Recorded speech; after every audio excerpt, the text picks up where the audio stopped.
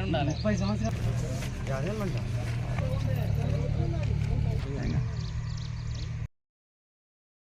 నాకు న్యాయం జరగాలని కోరుకుంటాను. విపరంగానే హద్దులు పెట్టి అమ్మలేదు. నాకు 631 ల్యాండ్ ఉన్నది. మా అన్నలు, 2 అన్నలు, మా అక్క నాకు అమ్మిండ్రు.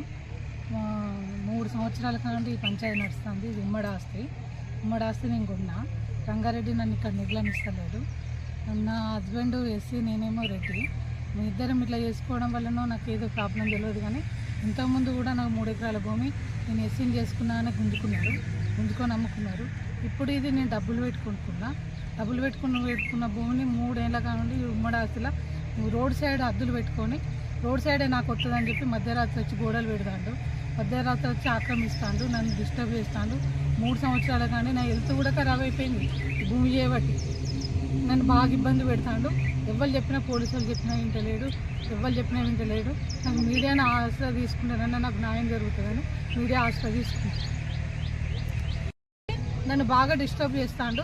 నాది ఒక్కదాందే కాదు, ఊళ్ళో కూడా ఇప్పుడు 3-4 గిట్లు పాతిండు. మరి ఎందుకంటే తాతల పెంటున్నాయి, ఇప్పుడు రిజిస్ట్రేషన్ కానీ ఉన్నాయి కూడా. భూములలో ఆక్రమంగా రాళ్ళు పాతిండు, అక్కడ ఆక్రమించిండు. ఇది కూడా ఆక్రమిద్దామని ఒక కాడ భూమి రాగానే ఆశ తగిలి ఇంకో కాడ కూడా గుంజుకుందామని ప్లాన్ చేస్తాడు. నేను 3 సంవత్సరాల కానీ సఫర్ అవుతానా, నా వల్ల అయితే లేదు. మీడియా ద్వారానే నాకు న్యాయం జరుగుతుందని కోరుకుంటాను. ఇంగ్లీషన్ ఆర్డర్ తెచ్చుకొని తప్పుడు హద్దులతోటి పోలీసులను కూడా బెదిరిస్తాడు.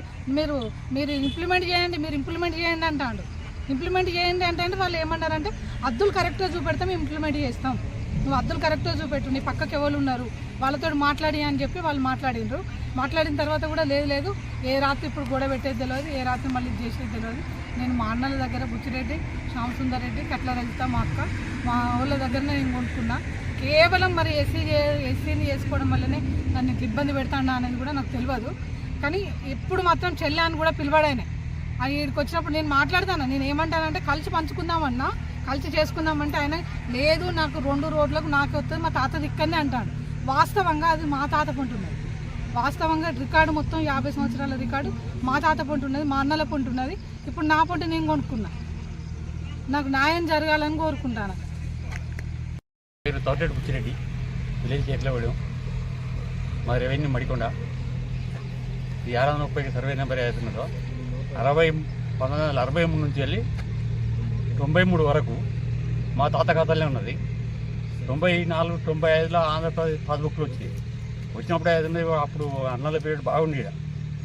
మా అమ్మల్ని నదిలో కొట్టి 3 ఎకరాల చిల్లర ఉంటుంది 630 సర్వే నెంబర్లో.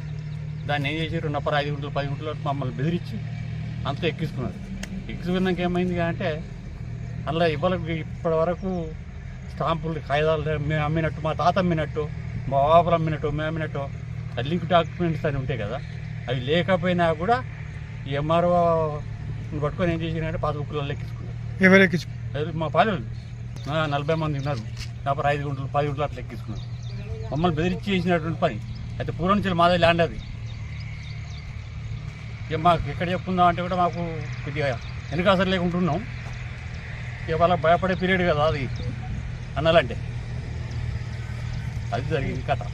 ఇప్పుడు నాకు 5 గుంటలంతా పాస్బుక్లో ఎక్కించారు వాళ్ళు. అందరు నప్పర 5 గుంటలు 10 గుంటలు ఎక్కించుకొని నాకు 5 గుంటలు ఎక్కిస్తే అది మా చెల్లెకి అమ్మిన, బొడు తిరుమలకి అమ్మిన. దానికి మేము విపరంగానే హద్దులు పెట్టి అమ్మలేదు. ఎంత ఉమ్మడి ఆస్తి లెక్క ఉంది కదా, ఇవ్వాలని అమ్మినా కూడా హద్దులు అంటారని చెల్లదు కదా. హద్దులు లేకుండా మేము